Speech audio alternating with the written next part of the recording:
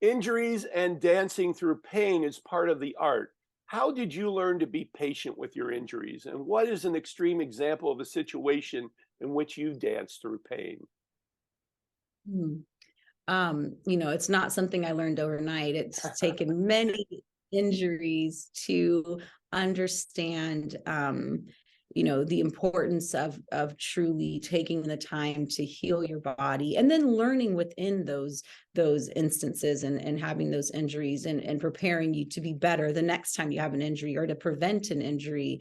Um, Mm. but it's again about not trying to get back as quick as possible, but what can I learn to not make those mistakes again.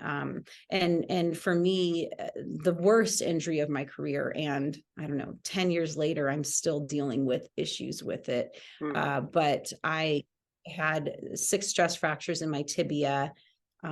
3 were almost full breaks through the bone.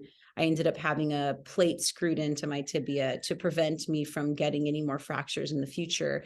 But, what I learned was that, it's Sorry. equally as important. Thank you. It's equally um, as important to put in the time, whether it's resting or body work on your body. That's equally as important as the training that we're doing. It's a part of the training is the rest and the recovery process. Um, and for me, within that injury, I had to step back and try and find ways that I could continue to progress, and that I had control over my body. So I wasn't walking for several months as I was Wow. healing. Wow. So I found another form of training, and I ended up starting floor bar classes, which is Wow. a ballet technique. You're laying on the floor, you're laying on your side or your back or your stomach. And one of the best compliments that I probably have ever received from my artistic director, when I returned to the stage, was that he felt that I had improved in the quality of my arm movements and artistic approach, even though I had been off the stage for 8 months. So, Your relationship with the brilliantly avant-garde dance choreographer Twyla Tharp is well known. What can you tell us about Twyla's approach to choreography that is the secret to her success? mm, wow.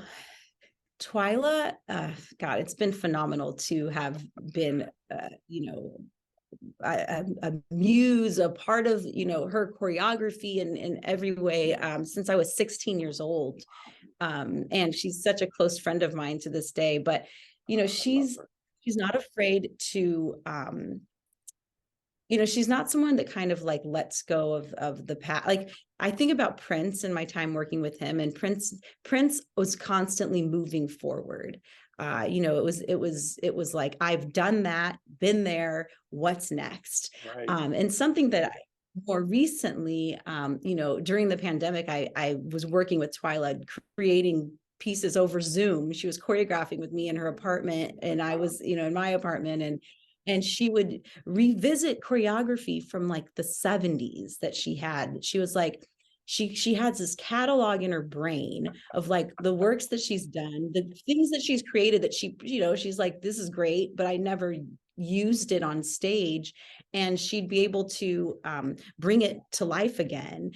Just things like that. And her willingness to embrace dancers from all walks of life, and learn from them, and kind of adapt her choreographer to work with whatever it is they're going through in that time.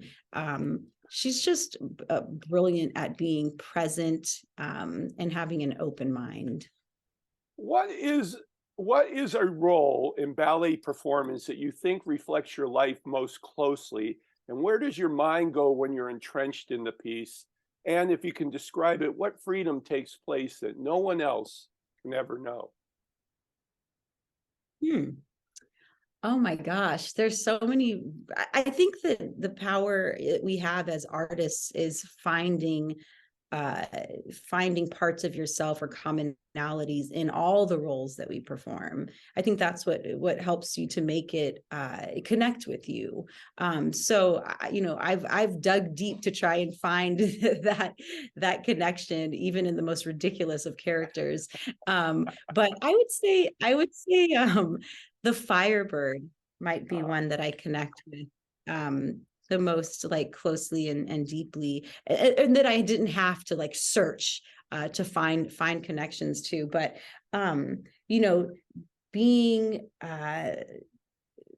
I think as a Black person in America, that we're often kind of put in a box and often told that all we can be is these kind of wild animalistic type characters, that we're not seen as refined and elegant, or that we can be the lead. And I think that there's something very interesting about the Firebird character, that yes, she is this wild bird that's been captured. But I think that, in my approach to the role, that I took it to like another level and bringing more complexity to it. And that even though I was being captured, that I still had the power to free, the prince. And it's said in the book, In the Wind at My Back, that there is also this kind of other layer to it, where it was like this, the chance of doing that role, as the first Black woman, doing a principal role in a full-length ballet at American Ballet Theater, that it was also like I was freeing all of my ancestors who have come before me and didn't get that opportunity in performing that role. And so there's so much power and complexity in what the Firebird means for me. This is Patrick McDonald for HollywoodChicago.com. Copyright 2022.